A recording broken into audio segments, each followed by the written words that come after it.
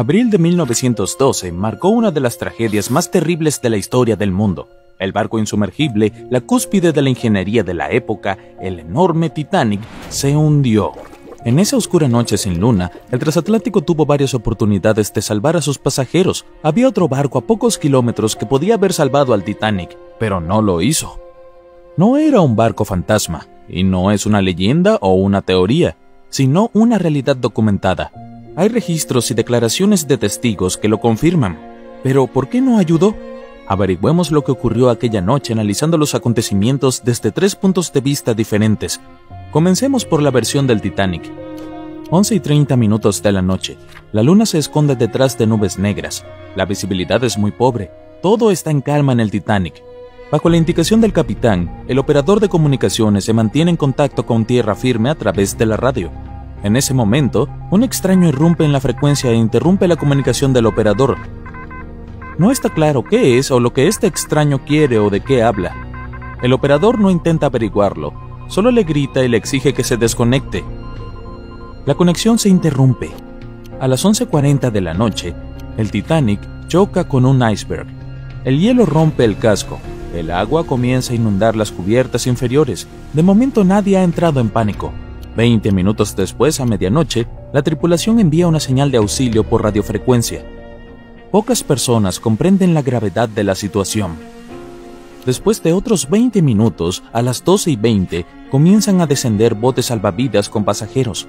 A las 12:25, reciben una respuesta a la señal de socorro. Se trata del RMS Carpathia.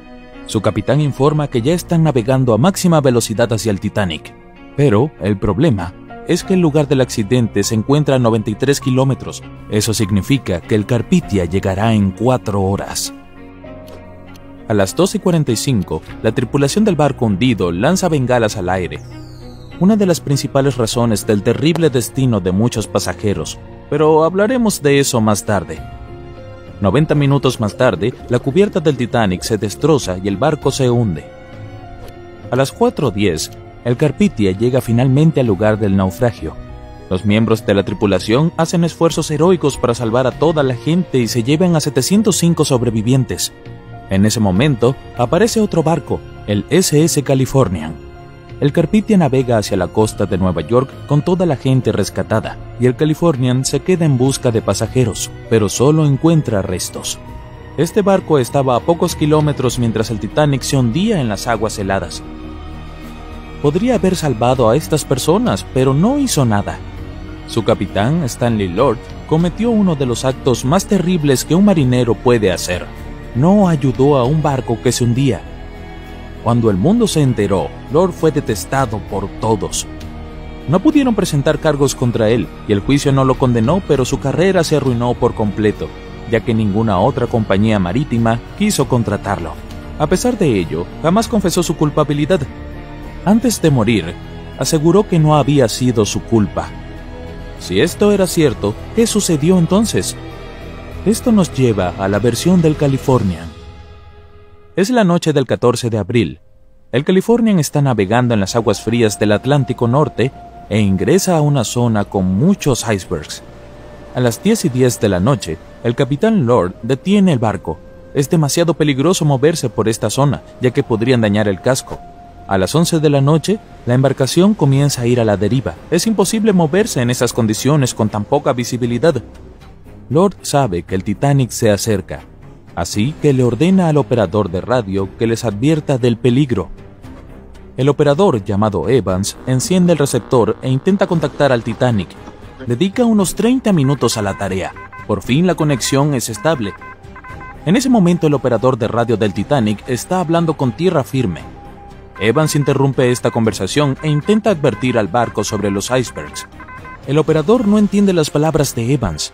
Está molesto con él, ya que acaba de interrumpir el canal de una manera descarada, por lo que le grita y corta la conexión.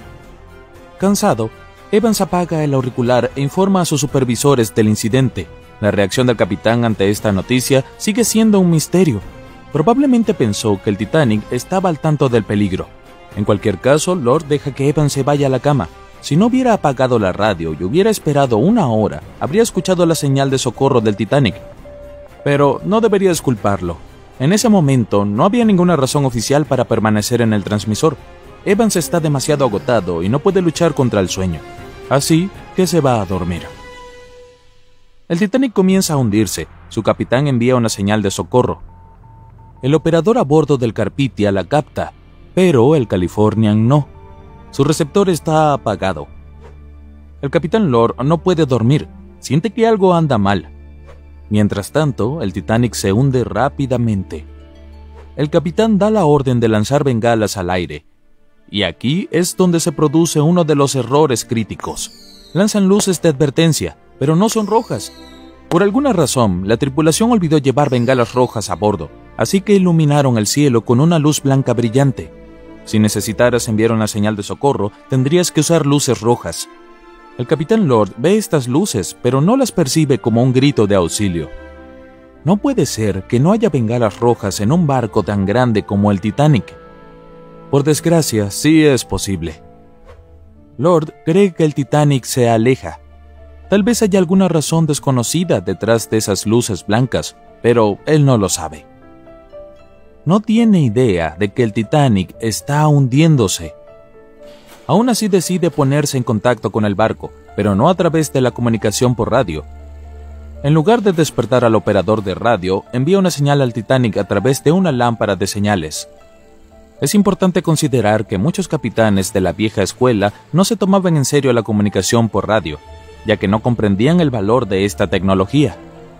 Por eso el capitán Lord no despierta a Evans. Envía señales luminosas, pero el Titanic no responde.